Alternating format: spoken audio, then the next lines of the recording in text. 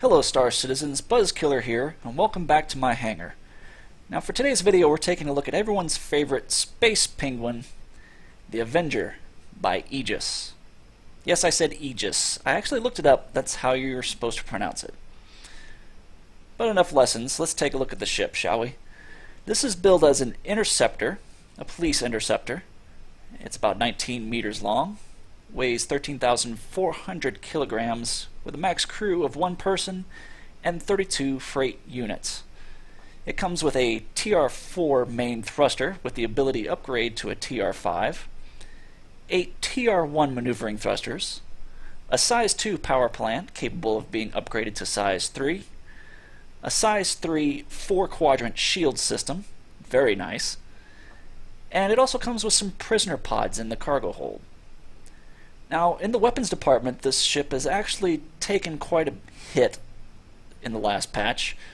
Gone is the size 5 cannon up front. It's reduced to, I believe, a size 3, and that's a gimbal-mounted weapon.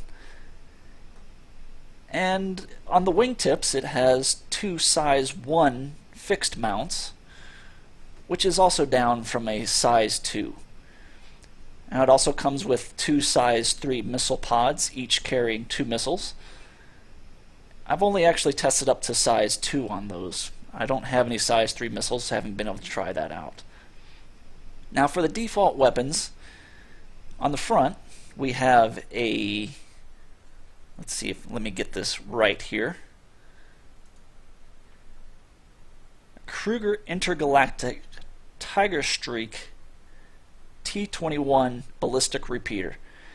Now this weapon is a high rate of fire, low damage repeater similar to the Mantis that was previously mounted on the Hornet series. I'm not really thrilled with the gun. It doesn't do enough damage for my taste, and it goes through ammo pretty quickly. And when you're up on Vandal Swarm, getting through 3 waves in the later levels while maintaining enough ammo is an issue. Now multiplayer, it's not as much of an issue unless of course you're one of those that actually managed to survive more than 5 seconds against all the missiles flying around. But I usually trade it out for a laser repeater size 3. Now on the size 1 mounts here, we have the Joker Sucker Punch Distortion Cannons. Now these weapons are unique in that they cause no damage. They're designed to leech energy from the power system.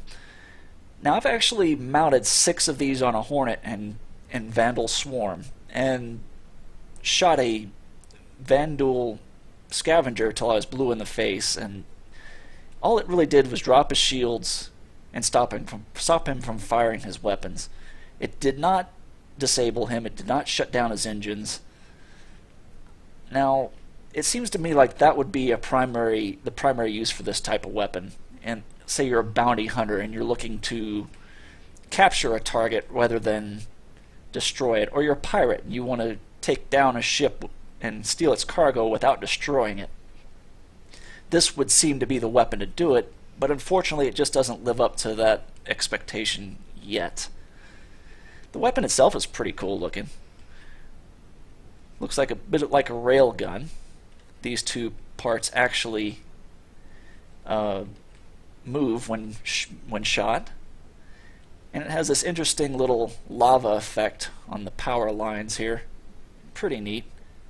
Some Joker branding there on the side and on the back. Unfortunately, just not the weapon to be using right now. And of course, here's your missile pods. Now, if you remember in the previous version, drop pods were actually here, drop fuel pods. I'm pretty sure you'll be able to put those back on in the persistent universe, but for now they've put the missile pods on there because, well, I'm an arena commander. Now the black and white paint job I really like. Very reminiscent of a penguin. down to the front beak here. It kind of reminds me of a NASA space shuttle with the black and white and the tile work. Really interesting. Of course, it's an ex-police interceptor, so you have your blue and red lights here.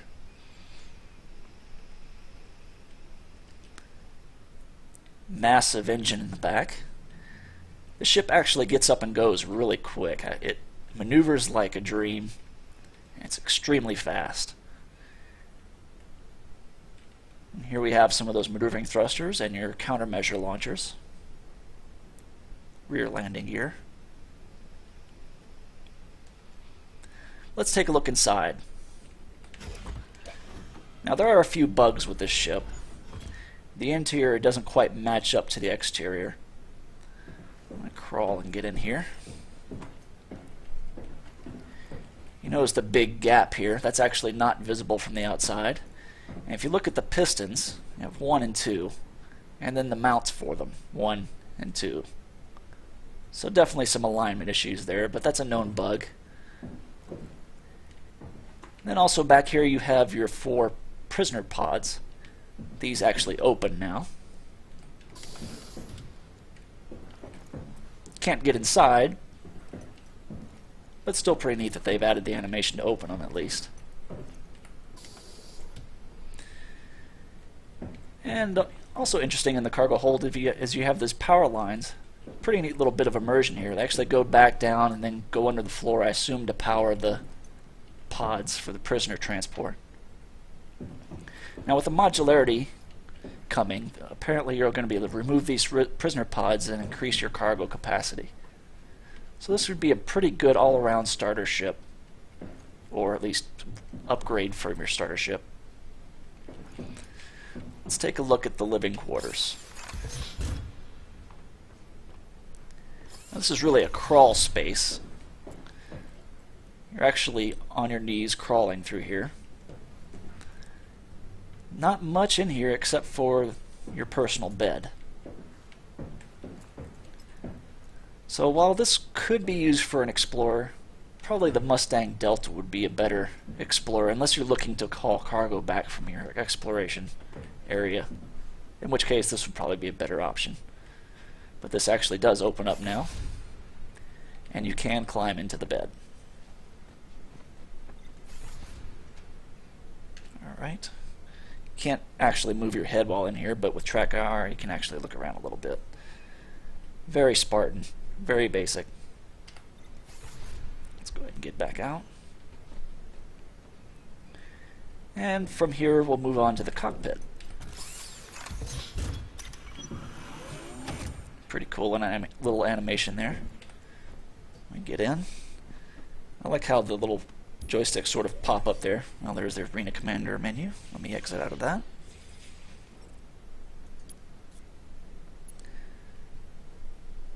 Excellent field of view. As I said, probably a close second to the Mustang Delta. Great upwards view, great forward view.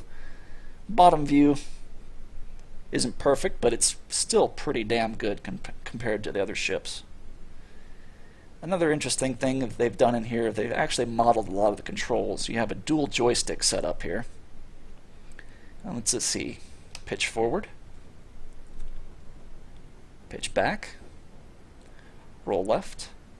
Roll right. Yaw right. Yaw left. And in this one they actually have your strafing done. Let's see, strafe left. And it goes right. Strafe right. Strafe up, strafe down, throttle. It even has your space brake modeled. Space brake on. I don't know why it lifts up. Should actually push down, I would think. Space brake off. Alright. Let's take a look at the outside. Whoa. Backed up a little too far there. I can't seem to zoom in. Let's try from this angle. Okay, there we go. There's a look at the top. More of that tile work, very reminiscent of a space shuttle. Some wings with flight surfaces. A little bit of piping. The top maneuvering thrusters.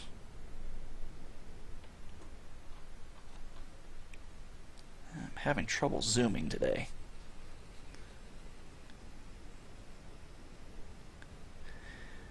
Then you have these two... Oh, no, stay zoomed in. Stay zoomed in. Really having trouble with that today. You have these two... I don't know what they are. They could be maybe sensor pods, or I would think a refueling pod or a pitot tube, but they're closed off, so most likely a sensor pod of some sort.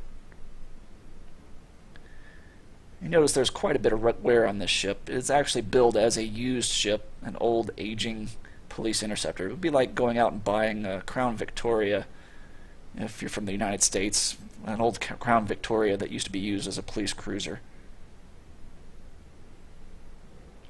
Overall, a pretty nice looking ship. But I'm going to go ahead and close this out, and we'll take it for a test flight in Vandal Swarm. I'm actually going to change out the loadout because I'll leave the Tiger Streak on, but I'm going to change out those sucker punches and I'll put some bigger missiles on it. Alright, so I'll see you in Vandal Swarm.